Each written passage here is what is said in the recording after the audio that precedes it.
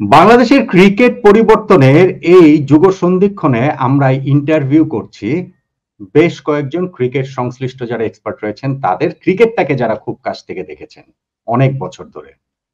আমাদের আজকের অতিথি তেমনই একজন, যিনি বিস্ময় বালক হিসাবে আন্তর্জাতিক ক্রিকেটে যার অভিষেক হয়েছিল এবং ২৪ বছর ধরে, প্রায় ২ যুগ ধরে বাংলাদেশের টেস্ট যুগের সমানই প্রায় বলা যেতে পারে, এই ক্রিকেটটাতে তার বিচরণ রয়েছে। এখন এই বদলে যাওয়া বাংলাদেশে ক্রিকেটটাকে আসলে কোন পথে এগিয়ে নিলে আমরা কাঙ্ক্ষিত লক্ষ্যে পৌঁছতে পারবো, সেই বিষয় নিয়েই নানান আলোচনা করব। আমাদের সঙ্গে রয়েছেন জাতীয় দলের সাবেক অধিনায়ক মোহাম্মদ আশরাফুল। আশরাফুল, আপনাকে স্বাগত নট আউট নোমানে। কেমন আছেন? আপনি তো বোধহয় দেশে নেই। ধন্যবাদ। আসসালামু আলাইকুম। জি, আলহামদুলিল্লাহ ভালো আছি। হ্যাঁ, দেশে আমি 17 এপ্রিল ইংল্যান্ডে এসেছি পোস্টমাউথ ক্রিকেট ক্লাবের হয়ে খেলতে। সাউদার্ন প্রিমিয়ার লিগ ডিভিশন 1-এ খেলছি। তো তাদের সিজনে আপনার 18টা ম্যাচ হয়, তো 16টা ম্যাচ হয়েছে আর 2টা ম্যাচ বাকি আছে। তো আমরা এখন আল্লাহর রহমতে 1 নম্বর পজিশনে আছি। তো এই হলো আমার অবস্থা এবং মাঝখানে যে আপনার পারফরমেন্স কেমন? আপনার পারফরমেন্স কেমন? আলহামদুলিল্লাহ আমার পারফরমেন্স খুবই ভালো। 15টা ইনিংসের মধ্যে 10টা ইনিংসে আউট হয়েছি, 701 রান করেছি। টিমও আমরা 1 নাম্বার পজিশনে আছি। তো আমাদের লিগে আসলে একটা টিম প্রিমিয়ার ডিভিশনে উঠবে। তো আলহামদুলিল্লাহ এখন আমরা সিচুয়েশন এমন জায়গায় আছি যে নেক্সট 2টা ম্যাচই জিততে হবে। আমরা 1 নাম্বার পজিশনে আছি, সেকেন্ড যারা আছে তারা 7 পয়েন্ট পিছনে আছে। তো আশা করি বেশ 2টা ম্যাচ খেলে হয়তোবা শেষ করে আসবো ইনশাআল্লাহ। আশরাফুল, সেই এপ্রিলের থেকে আপনি দেশের বাইরে, তো এপ্রিল, মে, জুন, জুলাই, আগস্ট 4 মাস দেশের বাইরে, এবং এই সময়ে বাংলাদেশেই অনেক পরিবর্তন হয়ে গিয়েছে, যেই পরিবর্তনটা এখনো ক্রিকেট বোর্ডে হয়নি, কিন্তু আমরা বিভিন্ন দিক থেকে শুনতে পাচ্ছি বা দেখতেও পাচ্ছি দৃশ্যমান যে পরিবর্তনের সেই ছোঁয়াটা লেগেছে ক্রিকেট বোর্ডে। এই পরিবর্তনটা বাংলাদেশের মতো বাংলাদেশ ক্রিকেট বোর্ডেও জরুরি বলে আপনি কি মনে করেন না? হ্যাঁ, যে ঘটনাগুলো হয়েছে আসলে আমি মাঝখানে এসেছিলাম 3 দিনের জন্য। কুরবানি ঈদের সময় ঈদের দিনে এসেছিলাম, 17 জুন এসেছিলাম এবং 19 জুন আমার ফ্যামিলিকে নিয়ে এসেছিলাম। তো তারা আমার সাথে আছে, আমার মেয়ে এবং ছেলে আরিবা আদবি এবং আমার ওয়াইফ। তো এর মাঝে যে ঘটনাগুলো হলো, ডেফিনেটলি আমি সবসময় আগেও বলতাম যে আসলে আমাদের 24 বছর ধরে আমরা টেস্ট খেলছি, আমাদের যেভাবে ইমপ্রুভমেন্ট হওয়া উচিত ছিল সেটা হচ্ছিল না। বিকজ দেশ যেভাবে চলছিল আমাদের ক্রিকেট বোর্ডটাও কিন্তু সেভাবেই চলছিল। এটা আমি তারা গভর্নমেন্ট থাকাকালীনও আমি এই কথা সব জায়গায় বলেছি যে আসলে আমাদের ক্রিকেটটা এগোচ্ছে না। দেশ হুম, যেভাবে চালাচ্ছেন আমাদের ক্রিকেট বোর্ডটাও ঠিক সেভাবেই চলছিল। একই হুম, লোক একই জায়গায় ছিলেন, হুম, সিলেক্টর একই সিলেক্টর প্রায় 12 বছর ধরে ছিলেন, কোনো চেঞ্জের কোনো কথাই ছিল না। এই নিয়ে আমি অনেক বলেছি, কারণ আমার কাছে মনে হয়েছিল যে এটা দরকার ছিল। তো স্টুডেন্টরা যে জিনিসটা করে দেখিয়েছেন তার এটা তাদেরই আমি বলবো যে দাবি ছিল আর কি, আমাদের পুরো বাংলাদেশের মানুষেরই আমার কাছে মনে হয় যে যারা ওই দলটা করতেন তাদেরও মনে হয় ম্যাক্সিমাম মানুষ চাইতেন যে আসলে চেঞ্জটা প্রয়োজন, কারণ একই লোক একই জায়গা ছাড়ছিলেন না সবাই। তো ক্রিকেটের জন্য আমার কাছে মনে হয়েছে যে যেহেতু আমি রাজনীতি বুঝি না, আমার কাছে ক্রিকেট আমি একদম ছোটবেলা, আপনি যেটা বললেন যে 2 যুগ ধরে আমি এই ক্রিকেটটা দেখছি এবং আমি ছোটবেলা হুম, 11 বছর বয়স থেকেই আসলে ক্রিকেটটা ভালোবেসেছি এবং আহ, একটা জিনিসই আমি ফলো করি সব সময়। সে আইসিসি যখন বাংলাদেশ চ্যাম্পিয়ন হয়েছিল 97-এ, তখন আমি বাসা থেকে বের হয়েছিলাম প্লেট এবং চামচ নিয়ে যে হুম, আনন্দ করার জন্য। 99 ওয়ার্ল্ড কাপে যখন পাকিস্তান স্কটল্যান্ডকে হারালো, তো আমার আলহামদুলিল্লাহ যে খেলার বিষয়ে আমি একদম ছোটবেলা থেকেই 96 থেকেই আমি বঙ্গবন্ধু স্টেডিয়ামে বাংলাদেশ টিম যখন খেলতো আমি কিন্তু হুম, তাদের হেল্প করতাম বল বয় হিসাবে। তো সেই জায়গা থেকে আমি বাংলাদেশের ক্রিকেটটা সবকিছু, আকরাম ভাই, বুলবুল ভাই, নান্নু ভাই, ওনাদের খেলা দেখে বড় হয়েছি, তাদের সাথে খেলেছি। এখন তামিম, সাকিব যারা সুপারস্টার তাদের সাথেও খেলেছি, আমার আন্ডারে তারাও খেলেছেন। তো এখন যারা আন্ডার 19 চ্যাম্পিয়ন হয়েছে আকবর আলী, তাদের খেলা তাদের সাথেও খেলেছি। তো হুম। সবকিছু আমার চোখের সামনে সবকিছু বাংলাদেশের ক্রিকেটটা যে যেই জায়গা থেকে এখন যেই জায়গা যাওয়া উচিত ছিল ওই জায়গাটা আমরা যেতে পারিনি। আশা করি এখানটাতে আমাদের যে বোর্ডটা এক্সিস্ট করে, এখনো করে, নাজমুল হাসান পাপনের নেতৃত্বাধীন যে বোর্ডটা, তাদের তো আসলে টাইমের এক্সকিউজ দেওয়ার কোনো সুযোগ নেই, কারণ টেস্ট যুগে আমাদের 24 বছরের মধ্যে 12 বছর ধরেই তারা ক্ষমতাতে, যথেষ্ট রাইট, সময় পাননি সেটা বলার সুযোগ তো বোধহয় নেই। কোনো চান্সই নেই, কোনো চান্সই নাই যে ওনারা ওই সুযোগটা পায়নি। ওনারা সব সময় আমার কাছে মনে হয়েছে যে জাস্ট ন্যাশনাল টিম কেন্দ্রিক ছিলেন, যে ন্যাশনাল টিমের রেজাল্ট, ইনস্ট্যান্ট রেজাল্ট চেয়েছেন, ফিউচারের কথা কখনোই তারা চিন্তা করেনি। কারণ যখন আমি নিষেধাজ্ঞায় গিয়েছিলাম, তারপরে যখন আমি ফিরে এসেছি, তখন হুম আমি বুঝতে পেরেছিলাম যে আসলে আহ, তার আগেও আমি বুঝতে পেরেছিলাম যে 2010-এ আমি একটা ঘটনা আপনাকে বলি যে আহ, আমি নিউজিল্যান্ড সিরিজের আগে আর কি, বাংলাদেশ যে আমরা 4-0-তে বাংলা হুম ওয়াশ হুম করি, হুম, বাংলাদেশ। তখন আমি কিন্তু টিমে ছিলাম না। কিন্তু তার আগে আমাদের ফার্স্ট ক্লাস চলছিল, একটা ম্যাচ হয়েছে, আমি 130 রানের মতন করেছিলাম খুলনার সাথে। পরে নিউজিল্যান্ড আসবে বলে আমাদের ওই ন্যাশনাল লিগটা বন্ধ হয়ে গেল। জাস্ট নিউজিল্যান্ড একটা সিরিজ হবে সেই কারণে আমাদের ফার্স্ট ক্লাস ক্রিকেট বন্ধ ছিল। যদি আরেকটা ম্যাচ হতো, আমি আরেকটা 100 করলে কিন্তু আমি আবার বাংলাদেশ টিমে ঢুকতে পারতাম। তো আমাদের এই সমস্যাটা কিন্তু সব সময় ছিল। আমার কাছে মনে হয় যারা বোর্ডের দায়িত্বে ছিলেন, 2016-তে যখন আমি ফিরে আসলাম ক্রিকেটে, হুম বাংলাদেশে ফার্স্ট ক্লাস ক্রিকেট, তখন আমি বুঝতে পারছিলাম যে আমাদের বিপিএলটাই কিন্তু মূল ফোকাসটা হয় ওইখানে। যদি আপনি ভালো খেলেন তাহলেই আপনার অপরচুনিটি থাকে বাংলাদেশ টিমে খেলা। তো সেখানে দেখলাম যে আমরা ঢাকা প্রিমিয়ার লিগ খেলি 220 থেকে 240টা প্লেয়ার, কিন্তু বিপিএল কিন্তু খেলে 60 থেকে 70টা প্লেয়ার, বাকি প্লেয়াররা কিন্তু ঘরে বসে থাকে। তো তখন কিন্তু আমি সুজন ভাইয়ের সাথে, যেহেতু আমার একদম ছোটবেলা থেকে ভালো সম্পর্ক, তো ওনার হুম সাথে দেখা হলো এবং আমি ওনাকে আমার মতামতটা বললাম যে সুজন ভাই, আমরা যখন বিপিএল খেলি ওই সময় আপনারা 60-70টা প্লেয়ার নিয়ে খেলেন, ঠিক আছে, কিন্তু আরো কিন্তু ফার্স্ট ক্লাস খেলে আরো 60 থেকে 70টা প্লেয়ার আছে, তারা ঘরে বসে থাকে। তো আমাদের কিন্তু বোর্ডে অনেকগুলা কোচ আছেন যারা বেতনভুক্ত, কিন্তু তারা ঘরে বসে থাকেন, ওই সময় কোনো কাজ নাই। তো তাদের নিয়ে আপনার 4টা টিম করে যদি রাজশাহী, বগুড়া বা বিকেএসপি কোথাও 2টা গ্রাউন্ডে টি-20 ম্যাচ খেলাতে থাকেন, তাহলে কিন্তু আপনি দেখবেন যে বিপিএল এ অনেক হুম প্লেয়ার 4-5 ম্যাচ পরেই কিন্তু তারা কল পায়, কারণ ইনজুর্ড হয়ে যায়, কেউ পারফরমেন্স করে না। কিভাবে কল পায় সেটা হয়তো ক্যাপ্টেনের পছন্দ থাকে, বা সেটা হয়তো কোচের পছন্দ থাকে, কেউ হুম। রেকমেন্ড করছে যে এই প্লেয়ারটা নেন, এইভাবে আসে। এইবার যেমন যেমন মমিনুলের বিষয়টাই দেখেন, সে কিন্তু কোনো না টিম না পায়। হুম আমি হুম যেহেতু রংপুর রাইডার্স এর আর টি স্পোর্টস এর হয়ে কাজ করেছিলাম, তা আমি ইস্তিয়াক ভাইকে বললাম যে আপনার মমিনুলকে নিতে পারেন, খুবই ভালো একটা অপশন হবে। তারা কিন্তু definitely Mominul better player, top player, তারা কিন্তু ওই কথাটা শুনে নিয়েছেন, কিন্তু তার কিন্তু কোনো পারফরমেন্স ছিল না যে টি-20 খেলে সে চান্স পেয়েছেন। তো এই জায়গাটায় সুজন ভাই শুনে বলছিল হ্যাঁ তোর কথাটা তো সুন্দর অনেক, কিন্তু কোনো কাজ হয়নি। প্রবলেমটা হয়ে যায় আমাদের 12টা বছর আমি যেটা দেখেছি, যে আমরা যদি বিপিএল হয়, 24টা হুম বোর্ড ডাইরেক্টরই বিপিএল নিয়ে ফোকাস করে। যার যার ডিপার্টমেন্ট সেই কাজটা নিয়ে যদি সে ফোকাস করতো, তাহলে আমাদের ডেভেলপমেন্টটা বেশি হতো। আপনি চিন্তা করেন, ঢাকার যারা আমরা প্লেয়ার আছি ফার্স্ট ক্লাস ক্রিকেটার, তাদের হুম জন্য এখন পর্যন্ত একটা ইনডোর বা কিছু তৈরি করতে পারিনি। আমরা ঢাকায় 24 বছর ধরে টেস্ট খেলছি। আমি যখন ছোট ছিলাম 95 থেকে 99 বা 2000 পর্যন্ত, আমি কিন্তু আবহানী মাঠে যে ইনডোরটাতে প্র্যাকটিস করতাম, কি হুম সুন্দর লাইট ছিল। সেখানে সেলিম সাহেব ভাই আসতেন, লিটু ভাইরা আসতেন, রাহুল ভাইরা আসতেন, সিনিয়র প্রিমিয়ার ডিভিশন প্লেয়াররা আমাদের সাথে নেট করতে আসতেন। আমরা কিন্তু অনেক উৎসাহ পেতাম যে না, একটা সিনিয়র প্লেয়ার আমাদের সাথে এসে নেট করছেন, তার বল আমি খেলছি, তার বল আমি ফুল মারতেছি, কাট মারতেছি, তাকে বল করছি। এই যে জিনিসগুলো কিন্তু এখন আর নাই। আপনি ঢাকা শহরে দেখেন 24 বছর ধরে একটা কোনো ইনডোর করতে না, পারিনি আশা করি আপনি ঠিক আছে, আপনি নেটের কথা বললেন, ইনডোরের কথা বললেন, ইনফ্যাক্ট তারপর আপনি বিপিএল এর কথা বললেন, সেটা তো বাংলাদেশ ক্রিকেট বোর্ডের প্রায় সবকিছুর ক্ষেত্রেই এটা আসলে বলা যায়। আমার যেটা প্রশ্নের জায়গা একটা করতে চাই আপনাকে, সেটা হচ্ছে গিয়ে ধরুন ক্রিকেট বোর্ডে যিনি হেড নাজমুল হাসান পাপন, এখনো তো তিনি অফিসিয়ালি সে দায়িত্বে আছেন, বা 12 বছর ধরে ছিলেন, তার বোর্ড ডাইরেক্টর হয়তো চেঞ্জ হয়েছে। যতটুকু দেখেছি যে ক্রিকেট নিয়ে তার আগ্রহের তো কম নেই, আগ্রহের কোনো কমতি নেই, তাহলে আসলে এগুলা কাজগুলা হয়নি কেন বলে আপনার মনে হয়? দেখেন।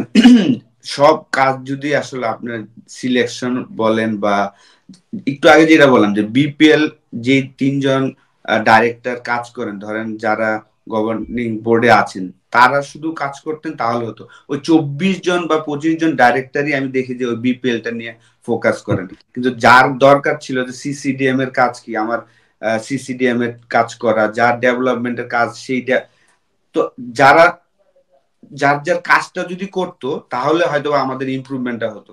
কিন্তু আমাদের সব সময় আমরা ন্যাশনাল কেন্দ্রিক, যে ন্যাশনাল টিমের খেলা হচ্ছে, সব ডাইরেক্টর এসে দেখবেন যে খেলা দেখছেন তারা, কিন্তু তাদের কিন্তু ওই কাজটা ছিল না ওনাদের।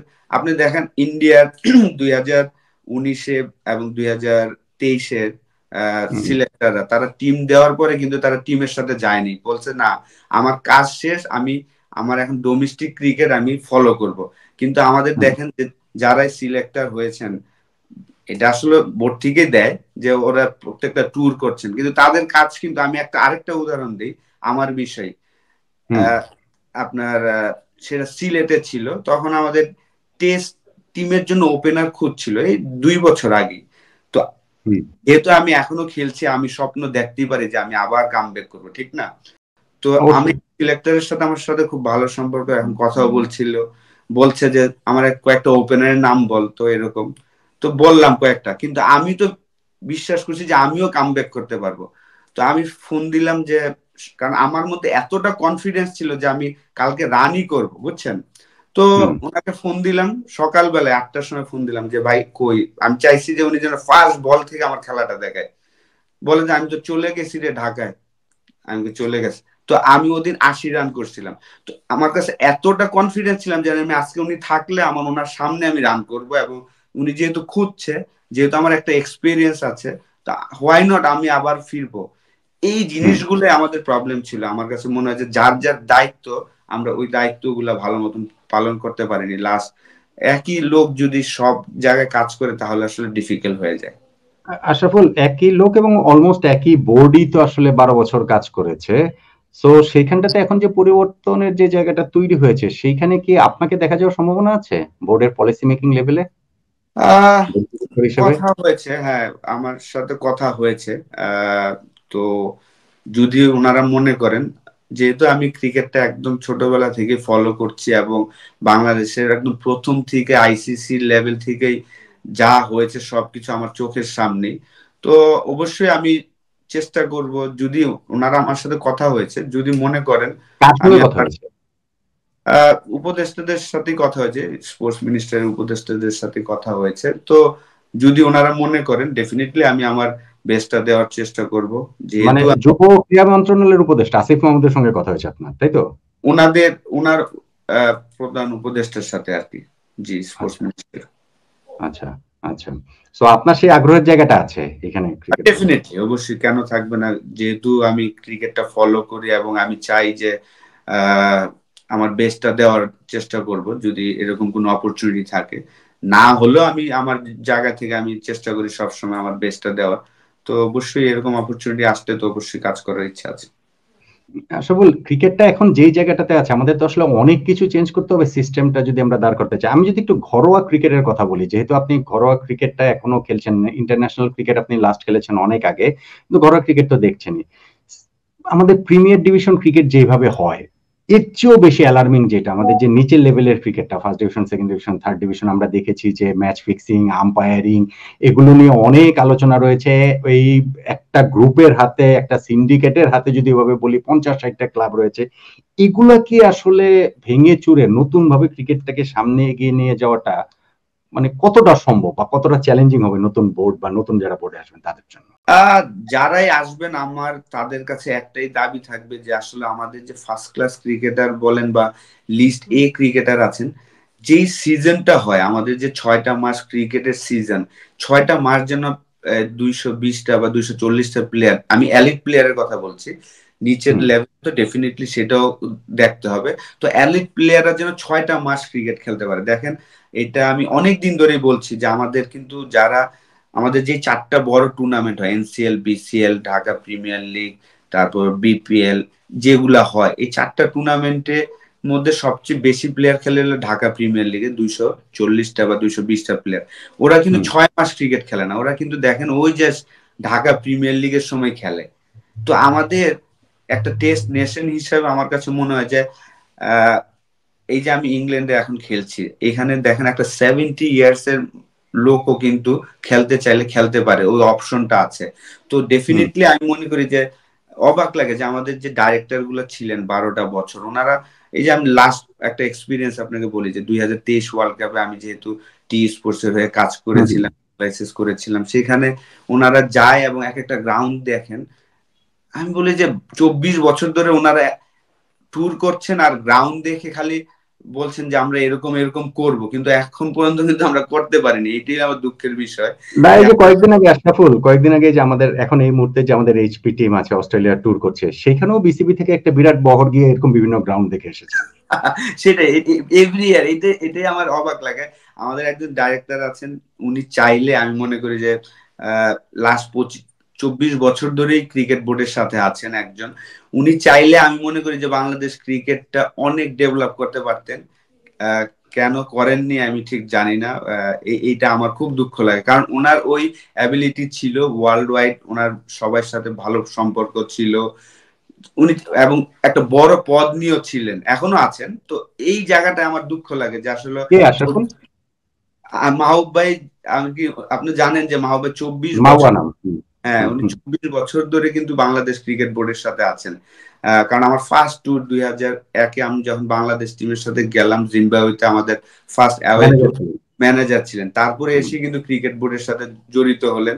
তো উনি চাইলে আমার কাছে মনে হয় যে আমাদের ক্রিকেটটা অনেক ডেভেলপ করতে পারতেন ফ্যাসিলিটিস ওয়াইজ, কারণ ওনার সাথে ওয়ার্ল্ড এর সব ক্রিকেট বোর্ডের সাথে ভালো সম্পর্ক, এবং তো সেই জায়গাটা করতে পারেনি। এটাই আমার দুঃখ লাগে যে এত বছর থেকে ওনারা কোনো ডেভেলপ করতে পারেনি ফ্যাসিলিটিস ওয়াইজ। ক্রিকেট তো না, পরে কথা। সেটা আশরাফুল, মানে এটা মাহবুবের কথা আপনি বললেন বলে আমি আর কি বলছি। এই যে ধরেন আমাদের কিছুদিন আগে আমাদের যে কিউরেটর ছিলেন টমি হেমিং, তিনি আসলে বেরিয়ে যাওয়ার সময় একটা ইন্টারভিউতে বলেছেন, বাংলাদেশ থেকে যখন চুক্তির 1 বছর পরে, এই অল্প কিছুদিন আগে বলেছিলেন যে বাংলাদেশ ক্রিকেট বোর্ডে একটা শ্রীলঙ্কান মাফিয়া গ্যাং আছে। এখন সেই শ্রীলঙ্কান মাফিয়া গ্যাং এর অন্তর্ভুক্ত তো হচ্ছে গিয়ে মাহবুব ভাইও আছে। সো এরকম মাফিয়া গ্যাং ক্রিকেট বোর্ডের অনেক জায়গাতে আছে বলেই তো আমাদেরকে মনে হয় তারা তাহলে আসলে সেই কাজটা করবে কিভাবে? আপনার কাছে কি এরকম মনে হয় না যে আসলে সত্যি সত্যি এরকম সিন্ডিকেট বা এরকম, আমি মানে খারাপ অর্থে বলছি না, মাফিয়া সত্যিকার অর্থেই বলছি না, কিন্তু যেহেতু টমি হেমিংস বলছেন ওই রকম অনেক কিছু আমাদের ক্রিকেট বোর্ডে আছে বলেই তারা আসলে কাজ করেন না সেই অর্থে। সেটাই, এটাই দুঃখ লাগে যে আসলে ফার্স্ট অফ অল তো আমাদের ক্রিকেটটা ডেভেলপ করার জন্য যেহেতু ওনাদের হাতে এই অপশনটা ছিল, ওনারা করেনি, এটাই দুঃখজনক। আমাদের ক্রিকেটটা আরো ডেভেলপ করা উচিত ছিল ফ্যাসিলিটিস ওয়াইজ। আপনার পারফরমেন্স দেখেন, অনেকে বলে যে আমরা একটা ট্রফি পাইনি। ট্রফি আপনি এত ইজি না, এই ফ্যাসিলিটিস আপনি যদি একটা ট্রফি পেয়ে যান তাহলে তো ওনারা সারা জীবন এইভাবেই চলতো। আমার কাছে যেটা মনে হয়েছে যে ট্রফি আসলে আমরা আমি মনে করি না যে আসলে এখনই আমরা এই সুযোগ সুবিধাতে ট্রফি নিয়ে আসাটা ঠিক হতো। আপনি শ্রীলঙ্কায় তো আপনি গিয়েছেন, দেখেন একটা হুম। রাস্তার মধ্যে তাদের 10-12টা গ্রাউন্ড। সেই 2000 সালে আমরা যখন আন্ডার 19 ওয়ার্ল্ড কাপ খেলতে গিয়েছিলাম, আন্ডার 12 এর ছেলেরা 2 দিনের ম্যাচ খেলছে। তো আপনি একটা ছোটবেলা থেকেই তারা কিন্তু কিভাবে লঙ্গার ভার্সন ম্যাচ খেলতে হয় সেই জিনিসগুলো তারা শিখে আসছে। আমাদের এটা কি ওনারা দেখে না? ডেফিনেটলি দেখে, দেখে কিন্তু ওনাদের ওই করার ইচ্ছাটা মনে হয় ছিল না, জাস্ট পোস্টটা নিয়ে বসেছিল। আমার কাছে মনে হয় প্রত্যেকটা ডাইরেক্টর যারা ছিলেন ওনারা জাস্ট তাদের পজিশনটা নিয়ে বসেছিলেন, কোনো ডেভেলপ করার কোনো চিন্তা ছিল না। ইনস্ট্যান্ট রেজাল্টটা চেতেন যে ন্যাশনাল টিম কেন্দ্রিক। তো এই জায়গা থেকে ডেফিনেটলি আমি মনে করি যে আপনি যেটা বললেন যে আমাদের লাস্ট 10-12 বছর ধরে কিন্তু ডোমেস্টিক ক্রিকেটটা একদমই আসলে ধ্বংস করে দিয়েছেন। কারণ আমি কিন্তু বড় হয়েছি কোয়ালিফাইং খেলে। আমি হুম।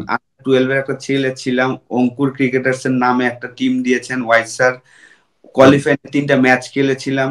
আমার থেকে প্রায় 15-20 বছর বড় একটা বলারকে আমি ফ্লিক করে একটা 4 মেরেছিলাম। জালাল স্যার ওই শটটা দেখে বলছিল যে এটা তো গাভাস্কারের মতন। এই যে কমেন্টসটা আমি শুনেছিলাম, আমার কিন্তু আলাদা একটা প্লেয়ার হওয়ার উৎসাহ দিয়েছেন। তো এই জিনিসগুলা কিন্তু আমি মনে করি যে ধ্বংস করে দিয়েছেন। কোয়ালিফাইং তো এখন নাই, 2টা টিম খেলে কোয়ালিফাইংটা আউট লস। কোয়ালিফাইংটা আসলে কোয়ালিফাইংটা থাকবে কিভাবে? কোয়ালিফাই করার জন্য ওইখানে ফি হচ্ছে গিয়ে 5 লাখ টাকা। সো সেটাই, ওইসব একটা টিমের টিম তো বাজেটই তো সারা বছরে 5 লাখ টাকা নাই একটা সেটাই একাডেমির, একটা ছোট্ট একটা টিমের, তাই না? সেটাই। এই জিনিসগুলো ধ্বংস করে দিয়েছে, এবং second division, first division, third division, এমনকি প্রিমিয়ার ডিভিশনও মাঝখানে খুবই লাস্ট 2-3 বছর আমি বলবো যে মিঠু ভাই আসার পরে আম্পায়ারিংটা অনেক ডেভেলপ হয়েছে। তার আগে যার ওনার জায়গায় যে লোকটা ছিলেন একদমই খুব বাজে কাজ করতেন প্রিমিয়ার ডিভিশনে, আপনারাও মিডিয়াও বলেছেন। তো সেই কারণে আমার মনে হয় যে প্রিমিয়ার ডিভিশনটা একটু ভালো হয়েছে, কিন্তু নিচের লেভেল গুলাতে খুবই একদম 11টার মধ্যে খেলা শেষ হয়ে যেতেন। কারণ আমাদেরই ওয়াইস স্যারের একটা স্টুডেন্ট, সে প্রতিবাদ করেছেন 4 বলে কিন্তু 94 রান দিয়েছিলেন, যে এতটাই তো এই জায়গায় আমার কাছে মনে হয় যে এই জিনিসগুলা তো আসলে আর কি ওনারা চেয়েছেন যে জিনিসগুলা যে তারা যেন আর কখনো না হারে, যেন তারা সব সময় যেন বোর্ডে থাকেন, যেই সব জিনিসগুলো চিন্তা করেছেন ক্রিকেটের জন্য ডেভেলপ হয়নি, ক্রিকেটটা ধ্বংস করেছেন। বরং তারা ক্ষমতায় কিভাবে থাকা যায়, কিভাবে ক্লাবগুলোর মালিকানা নেওয়া যায়, কাউন্সিলরশিপ নেওয়া যায়, এবং সেই ক্ষেত্রে যেন ক্ষমতার রাস্তাটা যেন তাদের পাকাপোক্ত হয়, তাদের মূল চিন্তার জায়গাটা সেটাই ছিল। রাইট। আশাফুল, আরেকটা জিনিস আমাকে একটু বলেন তো, যে ক্রিকেটের জন্য তো খুব গুরুত্বপূর্ণ একটা জায়গা হচ্ছে গিয়ে উইকেট। আমি সারা দেশের উইকেট নিয়ে তো অনেক কথা বলা যায়, অনেক রকম বলা যায়, সেইটা আপনি এইজ লেভেলের থেকে শুরু করে আন্ডার 14-16 থেকে শুরু করে বিভিন্ন জেলা ক্রিকেট সবই বলা যায়। আমি একদম প্রাইম জায়গাটার কথা বলি, আমাদের home of cricket Mirpur stadium. সেইখানকার কিউরেটর গামিনী ডি সিলভা আজকে প্রায় 14 বছরের বেশি, মানে তারা বোর্ডে আসার আগে থেকেই গামিনী ডি সিলভা আছেন। সো এবং মিরপুরের উইকেট নিয়ে আমরা বিভিন্ন সময় বিভিন্ন রকম কমপ্লেন শুনি। এই জায়গাটাতে পরিবর্তন কি এখন বোর্ড চেঞ্জ হলে হবে বলে আপনার মনে হয় নাকি, বা হওয়া উচিত বলে আপনার মনে হয় নাকি? দেখেন, ডেফিনেটলি আমি কিন্তু লাস্ট 3-4 বছর ধরে যেহেতু খেলছিলাম, এবং আমার কাছে মনে হচ্ছে রাজশাহী এবং বগুড়ার উইকেটটা বিউটিফুল উইকেট। সেখানে আপনার ইমপ্রুভমেন্ট করা যাবে, ব্যাটসম্যানরাও ইমপ্রুভ করতে পারবে, বোলাররাও ইমপ্রুভ করতে পারবে। তো ওই ধরনের উইকেটটাতে খেলতে পারলে আমার মনে হয় অবশ্যই আমাদের ইন্টারন্যাশনাল লেভেলে যে আমরা হয়তো ভালো করতে পারবো, বিশেষ করে আইসিসি ট্রফি গুলাতে। তো অবশ্যই আমি মনে করি যে মিরপুরের উইকেটটা তো অনেক দিন ধরেই আসলে আলোচনা চলছে যে এই উইকেটটা যেন চেঞ্জ করা হয়, কিন্তু আমরা আসলে ইনস্ট্যান্ট রেজাল্টের জন্য আসলে এই কাজটা করে নাই। আগে আগের যে বোর্ডটা ছিলেন বা এখনো ওনারা আছেন, তো ওনারা যেটা চেয়েছেন যে হোম সিরিজ গুলাতে এনে বড় বড় টিম গুলার সাথে সিরিজ জিতলেই তারা হ্যাপি থাকতেন। কিন্তু বড় পরিসরে যদি আপনি চিন্তা করতে হতো, তাহলে এতদিনে যদি আমরা পজিটিভ চিন্তা করতাম, তাহলে ডেফিনেটলি আমার মনে হয় যে মিরপুরের উইকেটটা আমরা চেঞ্জ করা উচিত ছিল অনেক আগে থেকেই। গামিনী কেমন কিউরেটর? দেখেন, আসলে তাকে আমি দোষ দিব না, কারণ আমার কাছে মনে হয় না যে সে খারাপ। আমাদের সবাই মিলেই, যতটুকু আমি শুনেছি, সবাই চেতেন এই ধরনের স্লো লো উইকেট খেলতে। হয়তোবা প্লেয়ারদেরও এখানে ইনভলভ আছেন যারা ক্যাপ্টেন ছিলেন, আমি যতটুকু শুনেছি। তো আপনি শুধু গামিনীকে একা দোষ দিলে হবে না, এখানে সবাই ইনভলভ আমার কাছে মনে হয়।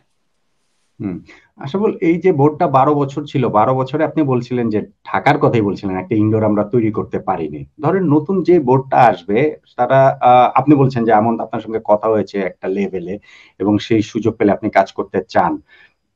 কি কাজ করতে চান? লেটসে হচ্ছে গিয়ে সবগুলা বিভাগীয় শহরে কি ইন্টারন্যাশনাল মানের ইনডোর তৈরি করে দিতে পারবেন আপনারা? বা ধরেন হচ্ছে গিয়ে জেলা শহরগুলোতে বা পুরো দেশে ধরেন 10টা-15টা প্রপার মাঠ, প্রপার উইকেট সহ, আমি স্টেডিয়াম বলছি না, মাঠ, খেলার মাঠ আর কি, ক্রিকেট মাঠ, এগুলো কি কিছু করার কথা ভেবেছেন কিনা? যেহেতু হচ্ছে আপনার এখন একটা চিন্তা ভাবনার মধ্যে আছে ক্রিকেট ডেভেলপমেন্টের জন্য আসলে কোনগুলো বেশি প্রয়োজন, প্রায়োরিটি কোন জায়গাটাতে দেওয়া উচিত? ডেফিনেটলি আপনি যেটা বললেন যে আসলে ফার্স্ট অফ অল 64টা জেলাতেই যারা ক্রিকেট খেলতে চায় তাদের জন্য খেলার অ্যারেঞ্জমেন্ট করাটা আমি মনে করি মাঠটা খুবই প্রয়োজন, ইনডোর ফ্যাসিলিটিসটা থাকা দরকার। বিশেষ করে এখন দেখেন টানা শুনছি যে ঢাকাতে টানা 2 দিন বৃষ্টি হচ্ছে।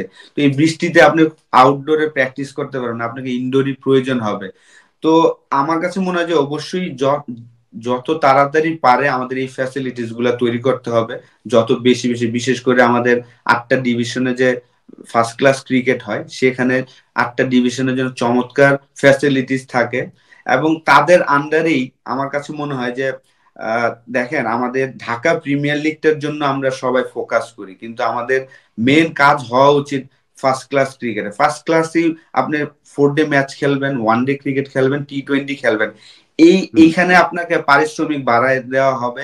এইভাবে যদি আমরা চিন্তা করতে পারি, দেখেন একটা কাউন্টিতে যারা খেলছেন তারা কিন্তু ওই টিমের হয়েই ফার্স্ট ক্লাস খেলেন, তারা টি-20 খেলেন, তারা লিস্ট এ ক্রিকেট খেলেন। তাহলে কিন্তু আপনার প্র্যাকটিস তো আপনি প্রপার পাচ্ছেন। একটা ফার্স্ট ক্লাস টিমে ধরেন আমরা যদি ঢাকা ডিভিশনের যদি এই তিনটার ফরম্যাটই খেলে, তাহলে কিন্তু আপনার মিনিমাম 30 থেকে 35টা প্লেয়ার লাগবে, যে তারা 6টা মাসই প্র্যাকটিস করতে পারবে এবং খেলতে পারবে। এইসব জিনিসগুলো নিয়ে আমার মনে হয় যে কাজ করা উচিত। এবং মাঠ, আপনি যেটা বলেন যে স্টেডিয়াম তো করা হয়তো বা অনেক এক্সপেন্সিভ হতে পারে, কিন্তু আপনার জাস্ট খালি মাঠ যেখানে ছেলেরা খেলতে পারবে। আমরা যখন ছোট ছিলাম আমার কাছে মনে হয় যে খোলা মাঠে আমরা যে খেলতাম, এই আবাহনী ধরেন বঙ্গবন্ধু স্টেডিয়ামে যখন ন্যাশনাল টিমের খেলা হতো বা প্রিমিয়ার ডিভিশন খেলা হতো, তারপরে যে সময়টা পেতাম আমরা কিন্তু ওই খোলা মাঠে যে প্র্যাকটিসটা করতাম সেইখান থেকে আমরা ইমপ্রুভমেন্টটা করেছি। তো আমার কাছে মনে হয় যে খোলা মাঠে খেলার ফ্যাসিলিটিসটা তৈরি করে দিতে হবে যারাই আসবেন ক্রিকেট বোর্ডে। শুনছিলাম, দেখেন ওনারা কিন্তু লাস্ট 1-2 বছর ধরে বলছিল যে আমরা জায়গা খুঁজছি, জায়গা কেনার জন্য মাঠ তৈরি করব, খালি বলছিল, কিন্তু ওইভাবে কিন্তু আমরা, তারা কিন্তু চিন্তা করেছেন বড় পরিসরে না করে আমার মনে হয় যে জাস্ট আপনার যেন খেলার জন্য যে যতটুকু প্রয়োজন ওই জিনিসগুলা করতে পারলে খুব বেটার হতো। আমরা কখনোই ঢাকার বাইরে যাওয়ার চেষ্টা করিনি। আমি লাস্ট 3-4 বছর ধরে বলে আসছি যে আমাদের রাজশাহী হতে পারে আমাদের চমৎকার একটা টেস্ট ভেন্যু, ইন্টারন্যাশনাল ভেন্যু, কারণ আপনি ঢাকা থেকে 20 মিনিট ফ্লাইটে যাবেন, আবার খেলে আবার চলে আসতে পারবেন যদি আপনি চান। এবং 2-3টা ভালো মানের হোটেলও হয়েছে, কিন্তু আমাদের বোর্ড ডাইরেক্টররা ওইখানে যান, যে আবার চলে আসেন, কিন্তু ওই কাজগুলা কিন্তু করেনি। তো আমার কাছে মনে হয় যে রাজশাহী, বগুড়া, খুলনা, এই যে আমাদের টেস্ট গ্রাউন্ড গুলা আছে এগুলা কিন্তু পড়ে আছে। যদিও রাজশাহী টেস্ট ভেন্যু না, বগুড়া আমাদের টেস্ট ভেন্যু, খুলনা আমাদের টেস্ট ভেন্যু, সেখানে খেলা হয় না অনেক দিন ধরে। এই জিনিসগুলো আমাদের আসলে মনে হয় যে যতগুলো আমাদের টেস্ট ভেন্যু আছে সবগুলো আমাদের ঠিক করা উচিত এই নেক্সট বোর্ডে যারা আসবেন। হ্যাঁ, নেক্সট বোর্ডে যারা আসবেন সেই বোর্ডের মধ্যে তো মোহাম্মদ আশরাফুলও থাকতে পারেন, আপনি যেটা বললেন আর কি, আপনার সাথে যেহেতু একরকম যোগাযোগ হয়েছে। আশরাফুল, আপনি মানে ক্রিকেট বোর্ডে আসলে বা না আসলে আপনি কি মানে খেলাটা চালিয়ে যাবেন, ক্রিকেটটা চালিয়ে যাবেন? গত বছর আপনি লাস্ট খেলছেন এরকম একটা ধোঁয়াশার জায়গা তৈরি হয়েছিল, খেলাটা কি আপনি কন্টিনিউ করবেন কিনা, এটা নিয়ে আপনার প্ল্যানিং কি? দেখেন, আমি এই যে ক্লাবে খেলছি ওরা প্রচুর হ্যাপি এই বছর আমার প্রতি, এবং নেক্সট ইয়ারের জন্য যেহেতু টিম প্রমোশন হচ্ছে, তো তারা চায় আমি যেন আবার নেক্সট ইয়ারও আসি তাদের হয়ে।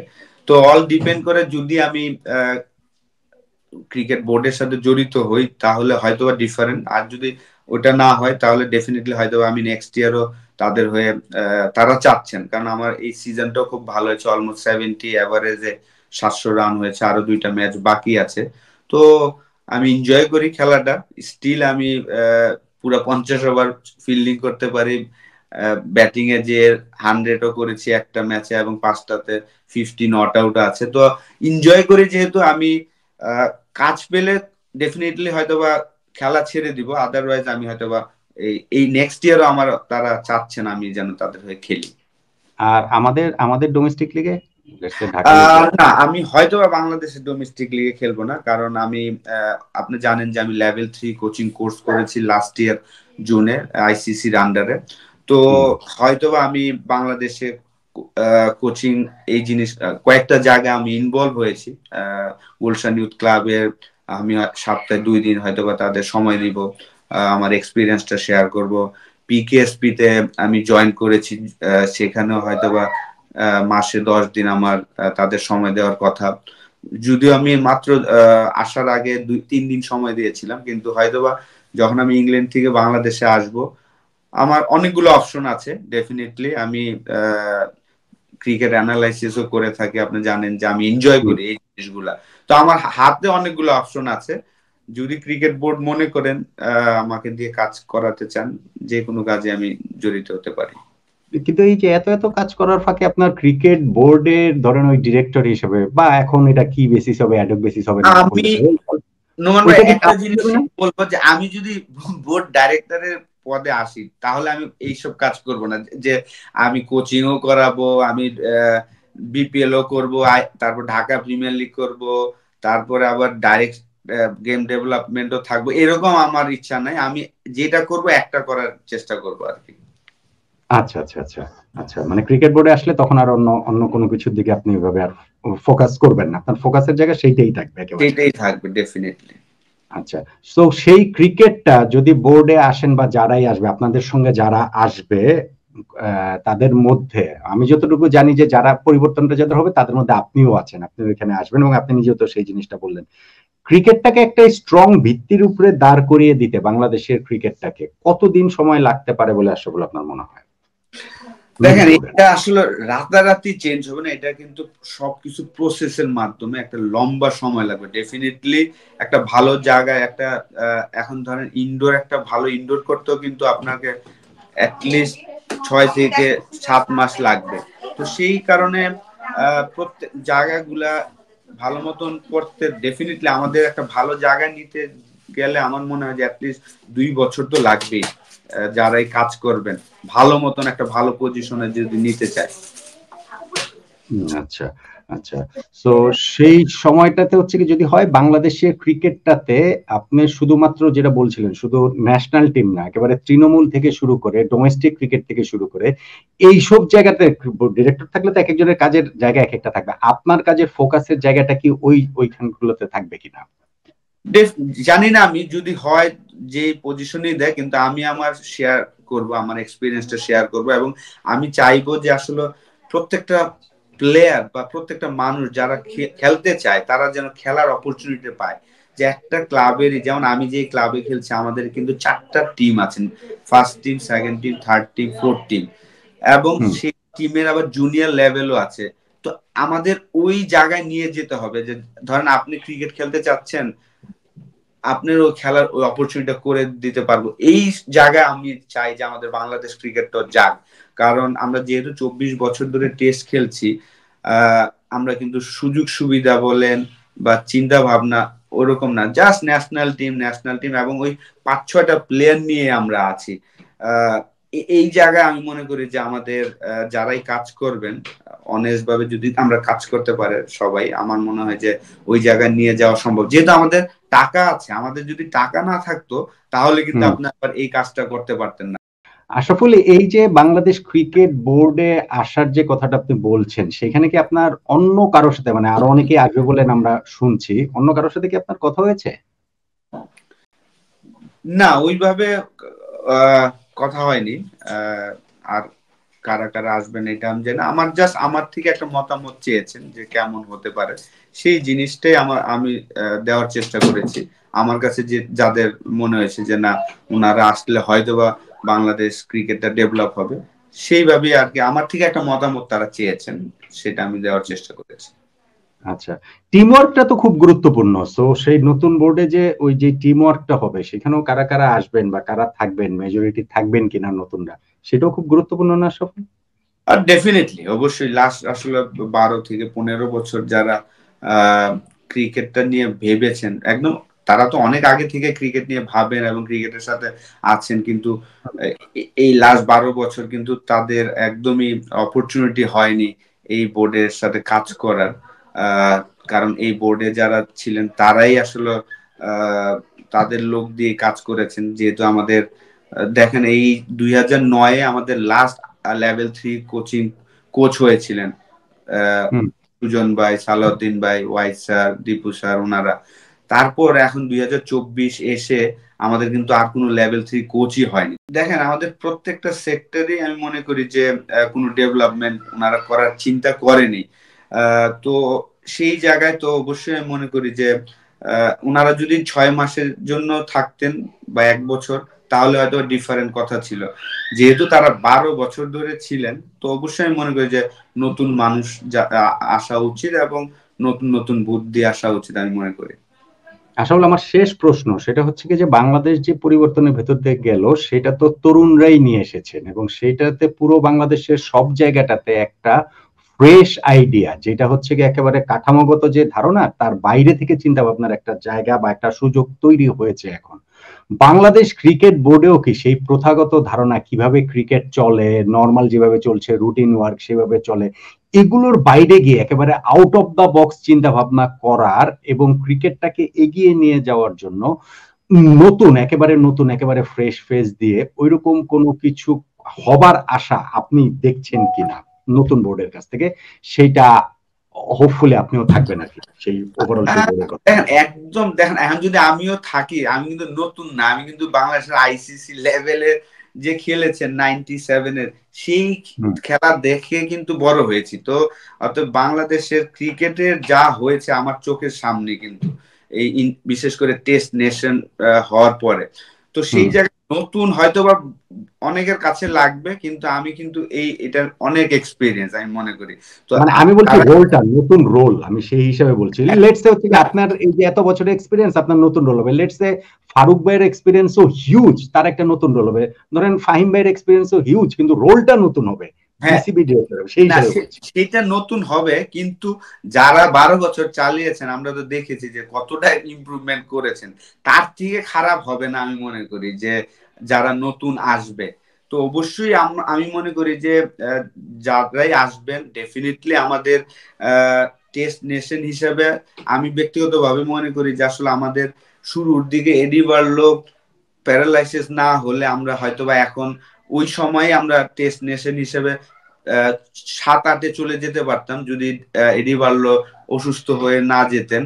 তো এই ধরনের লোক যদি থাকতো, অবশ্যই এখন যাদের নাম শুনছি ওনারা আসলে ডেফিনেটলি আমি মনে করি ইমপ্রুভমেন্ট হবে। এবং এই কারণে হতে হবে এখন কিন্তু জবাব দিতে থাকবেন, কারণ যেভাবে নতুন স্টুডেন্টরা যেভাবে স্বাধীন করেছেন আমি মনে করি এখন যারাই যেই দায়িত্বে থাকবেন যার যার প্রফেশনে, আমি শিওর যে তারা ভয় পাবেন এবং তারা কাজটা তারা সলিড ভাবে করার চেষ্টা করবেন। আদারওয়াইজ তারা জানে যে কিভাবে 15 বছর একজন শাসন করেছেন, তাদেরকে দেশ থেকে ত্যাগ করে দিয়েছেন। সেই জায়গায় আমার মনে হয় যে এখন যারাই কাজ করবেন তাদের আমি মনে করি যে সলিড ভাবে কাজ করবেন, কারণ এখানে আপনার জবাব দিতে থাকতে হবে। আশাফুল, আমাদেরকে এতক্ষণ ধরে সময় দেওয়ার জন্য আপনাকে অসংখ্য ধন্যবাদ। খুব শিগগিরই আমরা আপনাকে বাংলাদেশে দেখবো বলে আশা করছি, বাংলাদেশ ক্রিকেট বোর্ডেও দেখবো বলে আশা করছি। ধন্যবাদ আপনাকে।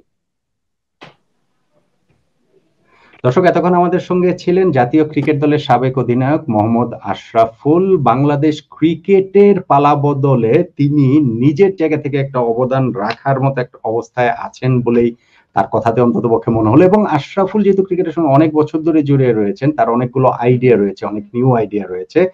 সো 12 বছর ধরে যে ক্রিকেট বোর্ডটা ছিল সেইখানে আমাদের যে একটা কি বলবো একটা জড়তার জায়গা তৈরি হয়েছিল, সেইখানে একটা গতিশীলতা আসবে। নতুন ক্রিকেট বোর্ড নতুন নতুন ফেস নিয়ে, সেই প্রত্যাশার জায়গাটা আশরাফুলের মতো আমাদের সবারও থাকবে। সবাই ভালো থাকবেন।